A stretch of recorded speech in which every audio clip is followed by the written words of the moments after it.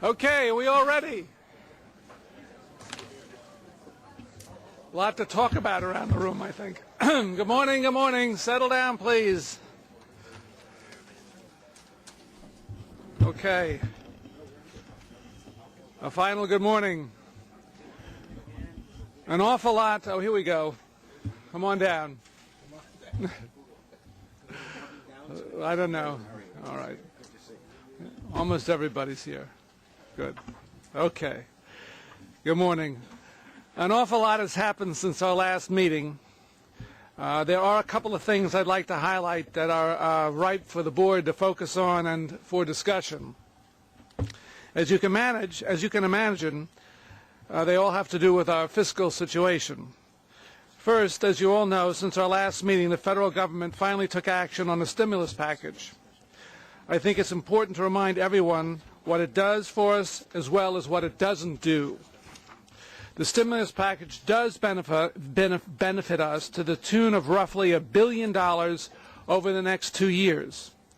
I'm optimistic the package will accomplish its primary purpose, which is to create jobs almost immediately right here in our region. In the course of creating those jobs, it will simultaneously benefit our system and our riders by allowing us to advance a number of capital projects we would have liked to do, but which we didn't have the money for. That's what it will do, all of which is very good. But now, what the stimulus package will not do. The capital dollars it provides are not fungible in terms of using them to address our most urgent need, filling our more than $1.2 billion operating budget deficit. That doesn't mean that we're not grateful for these resources, but it does not, I repeat, does not alleviate the need for immediate attention and action from our funding partners in Albany. To that end, I'm very pleased that this board has done something no other MTA board has done to help it out in a financial crisis. Many of us have trekked up to Albany to help make our case, at least twice, most recently yesterday, where we met with, among others, Senators Sampson, Perkins, Oppenheimer, Schneiderman, Moynihan, Saland, Larkin, Klein, and Bonasek. We also met with Assemblymen Sweeney, Towns, and Fields. Our message has been very simple and clear. We need a stable, predictable revenue source so we can keep this place running for 8.5 million riders.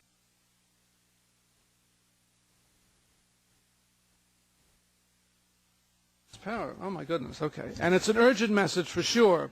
Time is growing short for the state legislature to act. In fact, no action is taken before our next board meeting. Many, if not all, the dramatic, draconian, and destructive cuts we are forced to include in our adopted 2009 budget will have to go into effect this spring. There is no other choice. That said, I'm very heartened that our voices were heard by the leadership and by the governor. In fact, we left Albany. As we left Albany, the governor officially issued a call for immediate action on for the financing plan of the MTA, and I quote, "The time to do it is now," and quote, "We must get a final agreement in place within the next week." That's a pretty clear message to me.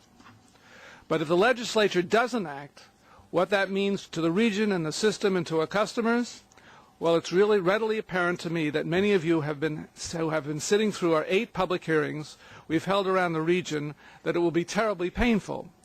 You might think that the most painful part was just sitting there for over 30 hours of testimony from nearly 550 individuals. But the most difficult part was listening to the heart-wrenching scenarios our customers will be put through if Albany fails to act. We heard from dozens and dozens of disabled customers whose cost will rise and whose mobility will be diminished as a result. We heard from bus customers who will no longer have basic service to their neighborhoods so they can travel to jobs, family, and shopping. We heard from parents who will have trouble getting their children to and from school on time or at all. We heard from workers who will have trouble getting to their around-the-clock jobs in a city that prides itself for never sleeping. There was, however, an encouraging undercurrent that was clearly different from the past hearings this board has held. There was an overriding understanding that our financial situation is not of this board's or of the management team's doing. The public seems to have grasped that until this agency is put on a stable and predictable funding path, we will continue to lurch from crisis to crisis. They got it. They get it. And even some of the elected officials who came get it. But getting it is the easy part. Now they have to respond to the governor's charge and act. Let me close by commenting on what it will take to act. Many of you have been following the work of the Ravitch Commission, which recommended a series of financial solutions that should help to solve our structural problems. And you've also watched as the region lines up against some of those recommendations. Wherever you fall, pro or con, you have to acknowledge that the alternatives are virtually non-existent. The Ravitch proposal is surely not pleasant medicine, but the alternative is to let the patient, us, the MTA, and the regional economic engine that we are, fail right under our own eyes. To those who say no to the Ravitch plan, I believe it is incumbent upon them to stand up and offer a credible, not incredible, alternative. As I mentioned earlier, time does grow short. I am very fearful that for not only the future of the MTA, but for the future of the region, that if Albany does not act next week, they will have missed the bus. The irony is that, of course, there may be, in fact, no bus to miss. Let me call on all of you at this table, and those of you who will follow us each month, to engage once again with our legislators. You'll be doing so not on behalf of this board not on behalf of this board or this management team, but our MTA. It's your MTA, and it's your MTA that has come so far over the past 25 years to be allowed to backpedal into the backwaters of the 60s, 70s, and 80s when no one seemed to care. This board and this chairman do care. All of us need to care. Let your elected officials know that the transit system matters to you and to how you think about them, and you need to talk to them today. Thank you. Doug, you're on. Yes, sir. In contrast to the 543 testifiers we've had so far, we only have one individual today, Matthew Shotkin. Mr. Shotkin. Good morning. Andrew, your tie is very bright with stripes.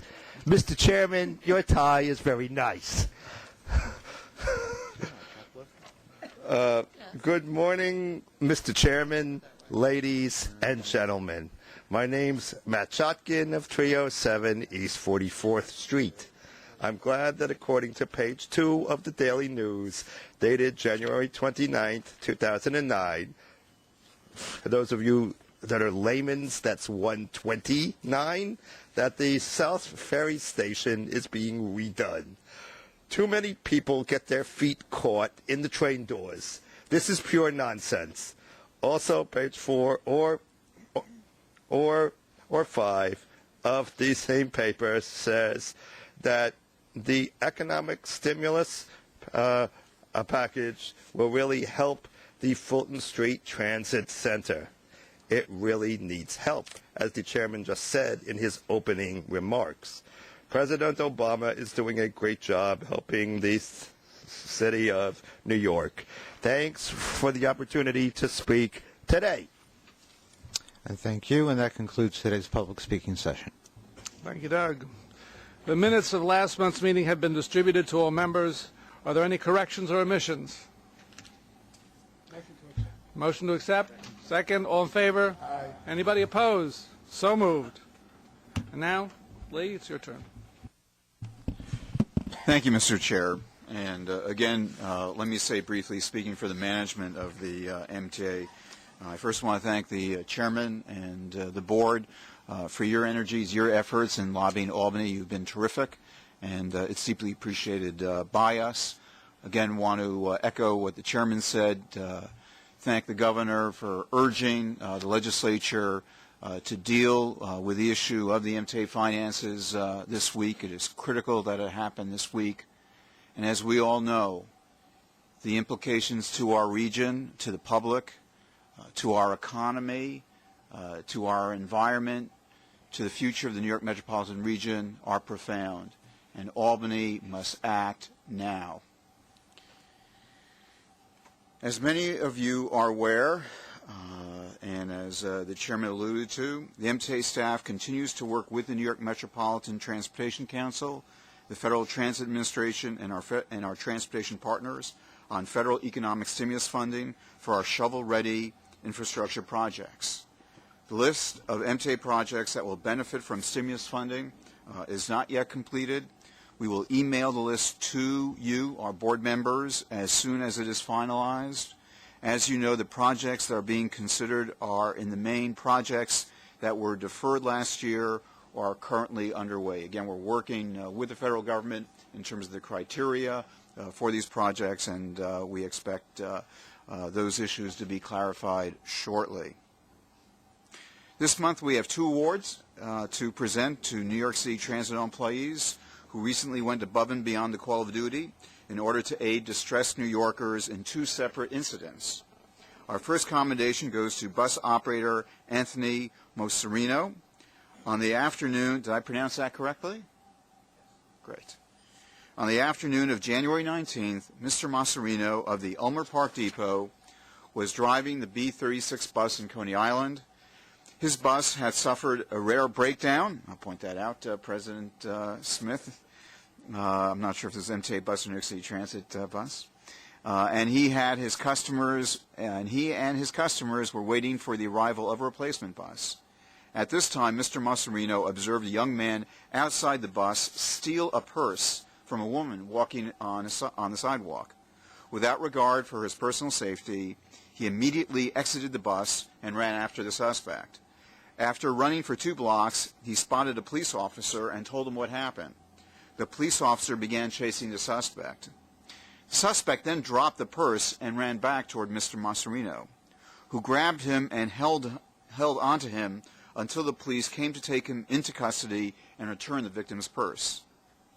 Mr. Moserino, your quick thinking and selfless actions have brought honor to the MTA and New York City Transit. On behalf of the board and the staff of the MTA, we are proud to present you with this token of our appreciation. Please come up and accept this award.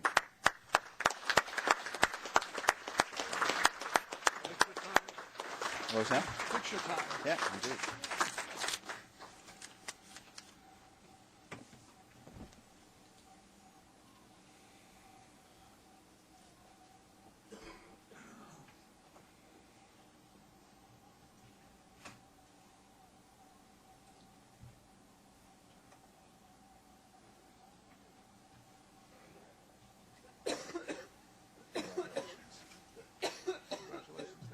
Man's going to make you look handsome. Okay. Just smile. He does great job. Great. Here we go. Great job. Thank you so much for what you did. Really appreciate it.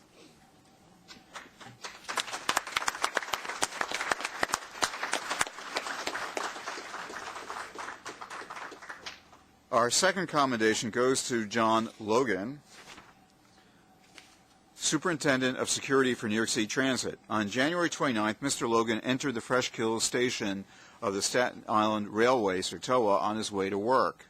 He heard a woman yell, "Oh my God, he's on the tracks," and observed a man of about 50 years of age lying on his back on the tracks calling for help. The tracks at this station are curved, and Mr. Logan knew a train might not have time to stop in time to avoid striking the man. With complete disregard for his own personal safety, Mr. Logan, along with Sergeant Kenneth Granowski of the NYPD, jumped onto the tracks and dragged the man to safety. Mr. Logan, you too have brought honor to the MTA and New York City Transit through personal bravery. On behalf of the board and the staff of the MTA, we are proud to be able to present you with this token of appreciation. Mr. Superintendent Logan, if you could come forward.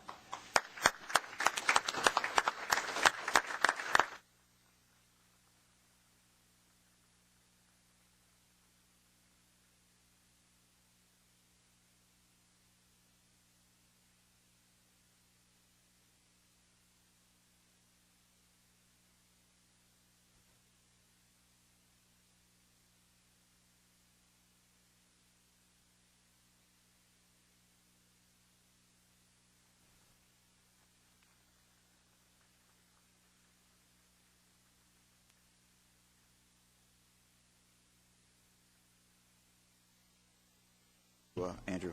In personal news this month, I appointed Michael Garner as Chief Diversity Officer. Before coming to the MTA, Michael was Senior Director of Business Development at the New York City School Construction Authority, where he was responsible for the development of emerging minority, woman-owned, and locally based business enterprises.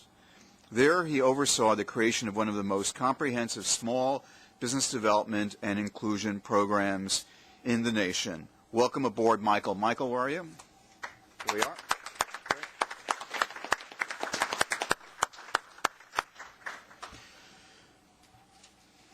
Because of the let's move on now to other subjects. Because of the recession, we expect the ridership declines we began seeing December to continue in the months ahead.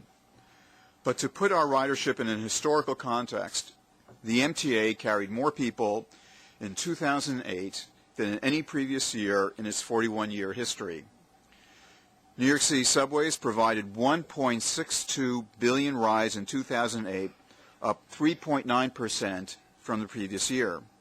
This is the highest subway ridership since 1950, and is all the more impressive when you consider that the network today is smaller than it was then because of the demolition of the elevated lines. On the bus side, New York City Transit buses provided 747 million rides in 2008, up 1.2% over 2007. This year showed the highest combined bus and subway ridership since 1969. The MTA Bus Company had its busiest year since it was created in 2005, providing 121 million rides in 2008, or 10.3% more than the previous year. That's an extraordinary increase. This year, we are proud to be supporting the Long Island Railroad's 175th anniversary. We're equally proud that the Long Island Railroad provided 87.4 million rides last year, 1.5% more than the prior year, and its highest ridership since, who can guess? 1949. Metro North provided 84.2 million rides in 2008, up 3.9% over the prior year, and setting the all-time record as the highest ridership in the 25-year history of the railroad. And I'm not sure if Commissioner Sidor is going to get pissed off at me for acknowledging Metro North before he does, but I must point out we are so proud that this past Saturday and yesterday, Metro North pulled off 100% on-time performance. Congratulations. Is that okay with you? Okay. With metrics for customer safety, mechanical reliability across all our fleets, and railroad on-time performance at or near all-time highs, people are voting with their feet and opting to take mass transit. This is terrific news for our region because of all of the economic and environmental benefits that result from high ridership, and the popularity of our system further underscores the importance of adequate funding, the importance of investing in the future of the MTA, so we continue to make the extraordinary progress that we have made with the support of our board. Thank you, Mr. Chair. Thank you, Lee. Okay, now we will take a report from the Finance Committee, and it's Chairman Andrew.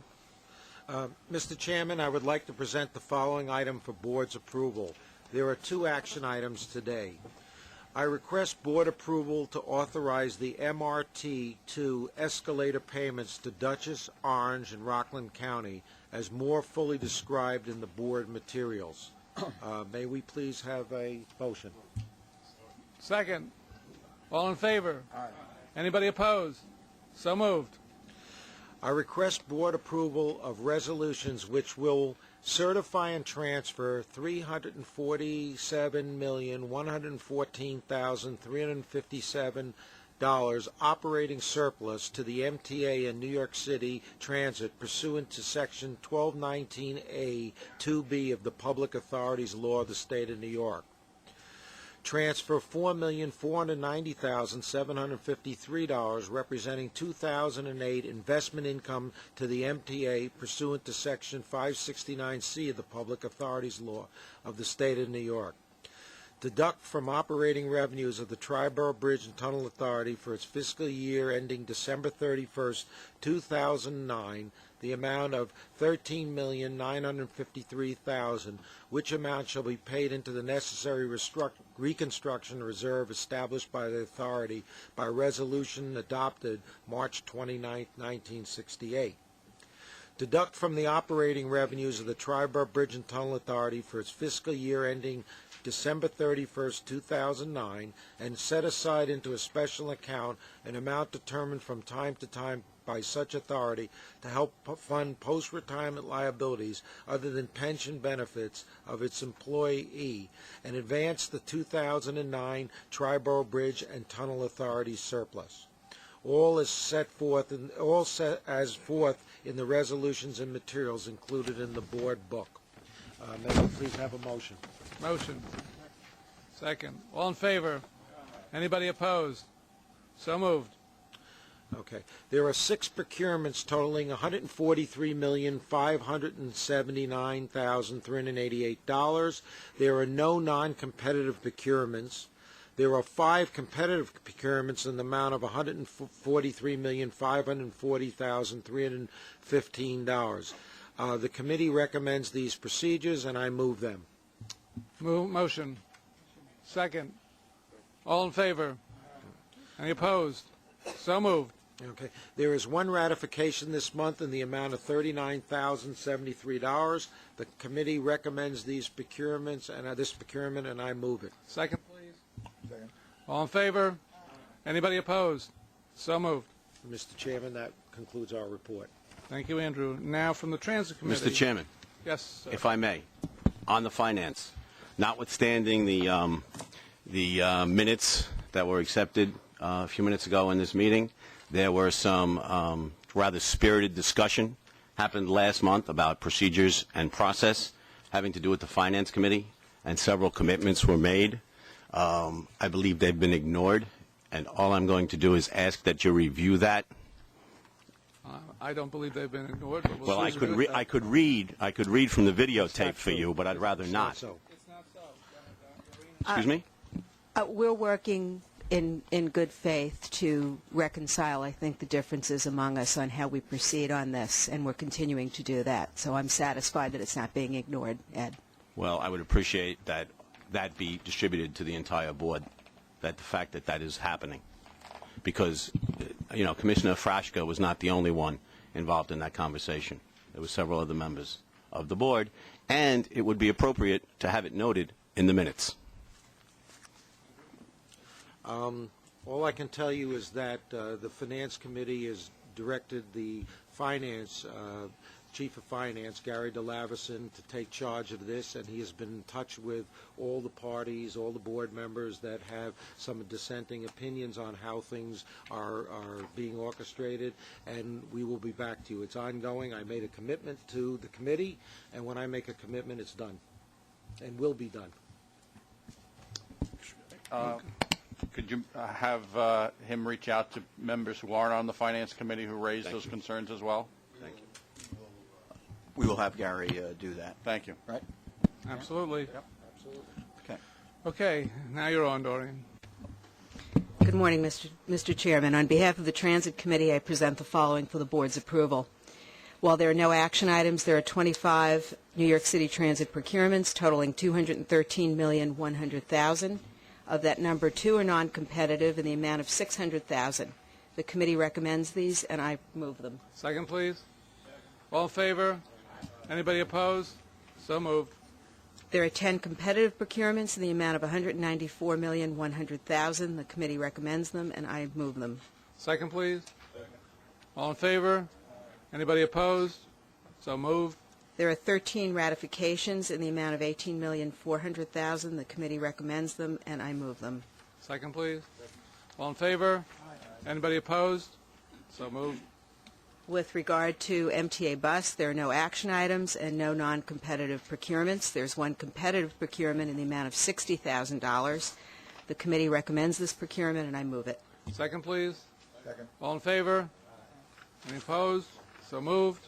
There are no ratifications, and this concludes the Transit Committee report. Thank you. Mr. Chairman, if I could just say a word.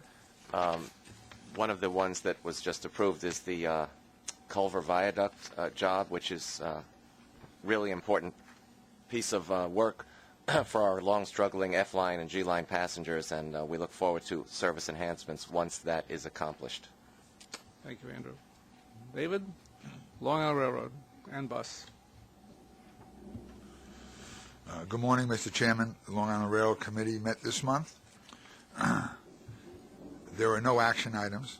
Procurements, there are 6 procurements totaling $1,967,000. In the non-competitive green pages, there are 3 non-competitive procurements in the amount of $648,000. The committee recommends that these procurements be moved, and I move them. Can I have a second, please? Second. All in favor? Anybody opposed? So moved. Competitive procurements, in the yellow pages, there are 2, in the amount of $519,000. The committee recommends that these procurements, and I move them. Second, please. All in favor? Anybody opposed? So moved. There is 1 ratification in the pink pages, and that ratification is in the amount of $800,000. The committee recommends it, and I approve. Second, please. All in favor? Any opposed? So moved. There are no action items for Long Island Bus, and this concludes the Long Island Committee. Thank you. Jim, Metro North, please. Metro North Railroad, Eastern Hudson train is operated at 96.5% on time in the month of January. This was with 9 snow days as opposed to 1 snow day in 2008. We'd like to commend our people for their 2 100% days that have already been recognized. I'd like to present the following items for the board's approval. There are no action items. There are 9 procurements totaling $1,918,000. Of that number, there are no non-competitive procurements. There are 7 competitive procurements in the amount of $1,518,000. The committee recommended these procurements, and I move them. Second, please. All in favor? Anybody opposed? So moved. There are 2 ratifications in the amount of $400,000. The committee recommended these procurements, and I move them. Second, please. All in favor? Anybody opposed? So moved. This concludes the Metro North Committee report. Thank you, Jim. David? Bridges and Tunnels. Good morning again. Bridges and Tunnels Committee met this month, and there are no action items. Procurements, there's 8 procurements totaling $7,989,000. On the non-competitive, the green pages, there are no non-competitive procurements. Competitive procurements, on the yellow pages, there are 7 competitive procurements in the amount of $6,775,000. The committee recommends these procurements, and I move them. Second, please. Second. All in favor? Aye. Anybody opposed? So moved. Ratifications, in the pink pages, there is 1 ratification in the amount of $1,214,000. The committee recommends the procurement, and I move it. Second, please. Second. All in favor? Anybody opposed? So moved. Mr. Chairman, that concludes Bridges and Tunnels report. Thank you, David. Capital Construction Real Estate Committee. Nancy, please. Yes, there's 1 action item, and that is to enter into a design services agreement for an amount not to exceed $250,000. This is to advance the conceptual design to make changes to 415 Madison Avenue to accommodate the East Side Access Project. I move this item. Second. All in favor? Aye. Anybody opposed? So moved. There is 1 competitive procurement in the amount of $435,000, and the committee and I recommend that. I move it. Second, please. Second. All in favor? Aye. So moved. Okay. Regarding the real estate portion of this month's meeting, there are 12 real estate items for board approval. 1 that we discussed at length, and that was an item related to approval of determination and findings pursuant to a public hearing for the acquisition of easement interests in Richmond County, New York. I recommend these 12 items and move them. Second, please. Second. All in favor? Aye. Anybody opposed? So moved. That's it. Well, believe it or not, there's no executive session. Can I have a motion to adjourn, please? Moved. Second. All in favor? Aye. A record, ladies and gentlemen. We adjourn.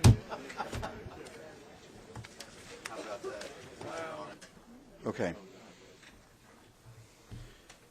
So I just want to reiterate what I said earlier, and I think the chairman will also do the same, that we have spent at least 6 months laying out the urgency of the situation for the MTA, the implications for the region, for our economy, for our environment, and it is urgent that Albany take action now in this week so that we deal with the operating deficit that the MTA has, as well as the needs for our next capital program.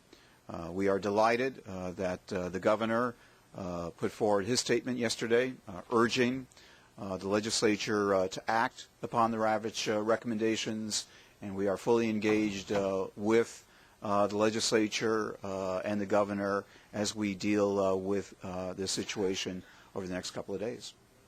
Dale? I'm just repeating. There's no point Okay. repeating. Okay. So what if we don't get all of what you want, in particular the $600 million from the tolls? If we don't get the tolls, what's your backup plan? As we have stated from the beginning, the Ravitch Commission recommendations are a package, and the implications will be dramatic. It will clearly have an impact in terms of fares, in terms of service, and the size of the next capital program. So I don't want to go too much further in terms of hypotheticals. We are, as I've said in the last couple of weeks, guardedly optimistic that the Assembly, that the Senate understand how severe our situation is and what needs to occur. But I don't want to go into further hypotheticals than that, but clearly have an impact. If we don't have the funds that are called for, then we'll have an impact in all likelihood on fares, service, and the size of the capital program. There's probably going to be a fare increase, regardless of what happens in Albany. And we've already seen subway ridership drop in, January for the first time in like 3.5 years. What kind of ridership drop do you expect, next year, either with an 8% increase or larger? I think that it is still premature to prognosticate in terms of how our ridership will go. I think what is most important is that the economists and the planners who we've been talking to actively over the last several months, Bill Wheeler, our Director of Planning, has been particularly engaged with them in dialogue. And our expectation is that New York is going to come back. And so even if there is some diminution this year, we have been advised, again, by the experts in this field that we need to continue to move forward in terms of system capacity expansion.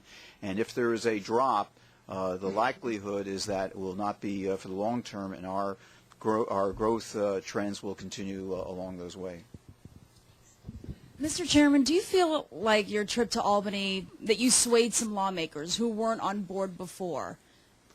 I'm not sure we swayed lawmakers. I think we caused them to focus on it. I think our trip up there made them think about what this means if they don't pass the legislation. And we were very gratified when the governor came out with a statement yesterday, which is further pushing the legislators to focus on this as opposed to before they deal with the whole budget. So I think our trip was very useful. I mean, a whole bunch of us up there talking to some of the leaders always has some impact. Exactly what, I don't know.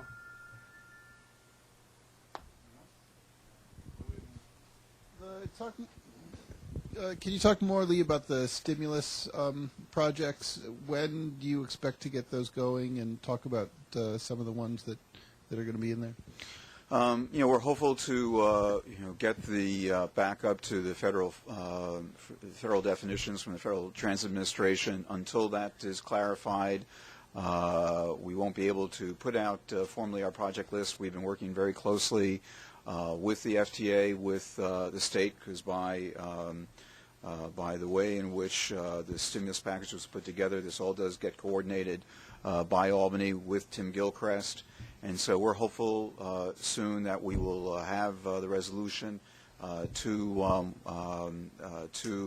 the project criteria. And again, as I indicated earlier in our comments, these will be projects for the most part, if not entirely, that have been deferred deferred in our current 05 to 09 capital program.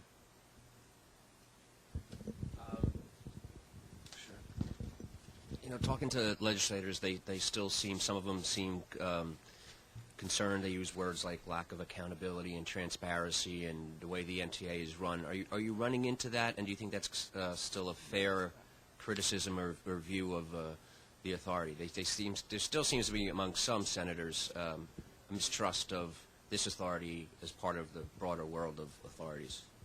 Well, let me first, and then, you know, we have done, as you know, a series of hearings, testified in front of the Senate and the Assembly, and you know, my sense is that overall there is a recognition by the legislature that the MTA has made dramatic progress in this regard.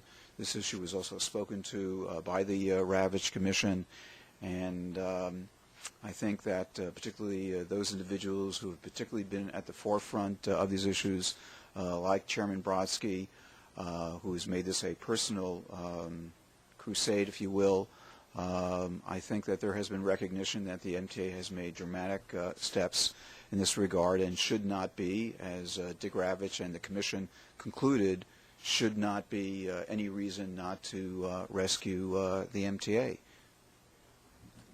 It's an interesting question. And in the two trips in Albany, I spoke to more than 50 Assembly and Senate people, as well as probably a dozen or more when in between the trips. And that subject didn't come up once. There seems to be a recognition now that the agency is run fairly transparently and fairly efficiently. And so that's not been an issue. We haven't been challenged on that or no question about that. I don't think by a single one. So that's not an issue up there as far as I can tell. Yeah, I mean, I think that, you know, the time for excuses is over, and Albany needs to act. I think one can easily, when you're dealing with an institution like the MTA, with 70,000 people, $11 billion budget, $21 billion capital budget, you can pick an issue here and an issue there. But I think, you know, the serious students of the issue of transparency and accountability on the various items that have occurred in the past, I think are generally quite satisfied that the MTA has taken, you know, extremely aggressive efforts in that regard, and we have extraordinary oversight. And again, I think for the serious observers of this institution, I think they all recognize, you know, that the time for excuses and other rationales for not dealing with the central issues of the MTA's finances are over, and this needs to be and it needs to be dealt with. And that doesn't mean that an agency like ours there isn't always room for improvement. Exactly. There always is room for improvement, and the board's working with it for improvement with the staff. So nobody's saying we're perfect, and nobody says we're completely efficient, and nobody says we don't have some people who aren't doing their work and we need to monitor them better. But I think the point is that Lee made and I'll make again is that nobody is attacking or suggesting that that's the issue here. The issue is finding the money to allow us to run the agency even better. And if we don't get the money, we're going to cut service and we're going to raise fares, and that's terrible for the region's economy and terrible for all our customers. And I think our trip to Albany, we're beginning to get the legislatures to focus on that issue. That's really the issue. Again, there's no one more fervent on this issue than Richard Brodsky, and Richard has been fervent, as I think you know, in pushing for the legislature to act in this regard.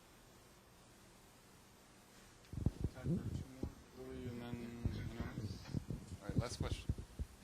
There's been a lot of talk here in the past about March being some sort of deadline. What happens here next month that supposedly couldn't be deferred if this decision isn't made in Albany? What happens here next month regarding all this? The issue of the timetable is that we are required, as many of you know, by law to have a balanced budget. And in order for the organization to be positioned to balance its budget, given the operating deficit that we have, we need to take the various actions that we have shared with the public, with you, over the last 6 months, with a preview before in July and then presented in November, adopted in December. Those actions involving the service cuts and the fare increases have to be put in place so that they occur June, July. And so that needs to occur, those actions need to be triggered, if you will, by the end of March. We cannot wait any longer, beyond that. Otherwise, the actions that we would have to take by the middle of the year would be even more draconian, again, because you're dealing now with cash amounts rather than a fully annualized amount. I don't understand why. Yes, and it takes a long time to reprogram all the machines that we have. It takes a long time to deal with the labor unions and the schedules that have to be modified. It takes a long time to do the things that cause the hurt.